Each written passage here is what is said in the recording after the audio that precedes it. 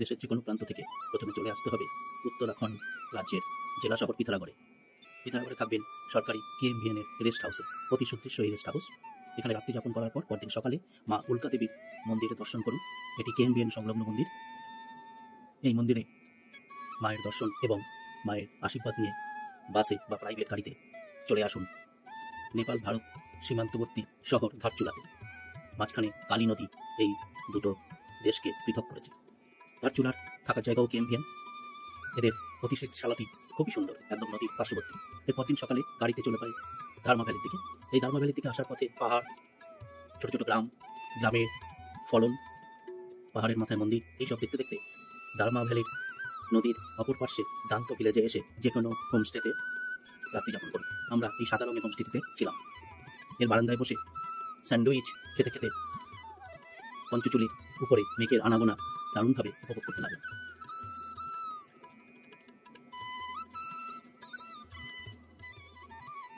সান্ধ্যকালীন রঙের ছটাও পঞ্চচুলিকে রাঙিয়ে দিয়ে গেল।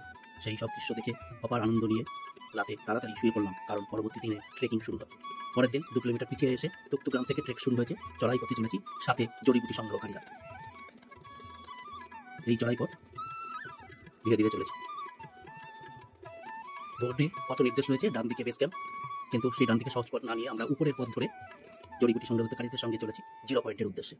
এটাই উদ্দেশ্য, তারা পথে পথে আমাদের জড়িবুটি সংগ্রহ করে সেগুলো দেখাচ্ছিল। এই অপূর্ব সুযোগটি নেবার জন্য আমরা এলাম। পথে কাক দেখলাম হঠাৎ করেই, এবং এটাই যে বেস ক্যাম্প সংলগ্ন জায়গা, যেখানে বেস ক্যাম্প হয় সেটা বোঝা গেল। ক্যাম্পে করার জায়গা দেখতে পাচ্ছি। এখান থেকে পঞ্চচুলি উন্মুক্ত, তবে মেঘাচ্ছন্ন থাকায় সেই রূপ স্পষ্ট না হলেও আমরা কিন্তু যথেষ্ট ভালোভাবেই পঞ্চচুলি দর্শন করে আনন্দ নিলাম। এরপর জড়িবুটি সংগ্রহকারীদের সঙ্গে এগিয়ে চললাম 0 পয়েন্টের দিকে।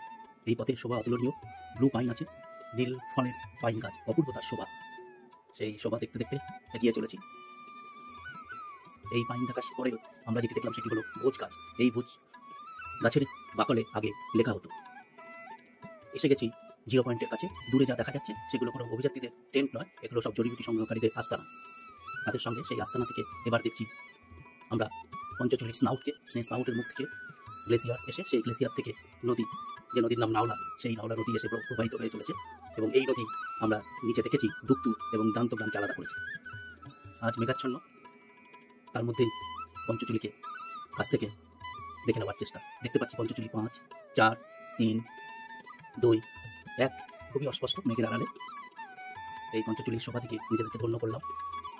আমরা শেষ পর্যন্ত নিজেদের সেলফি তুলে একই পথে ফিরে এলাম ধারচুলা।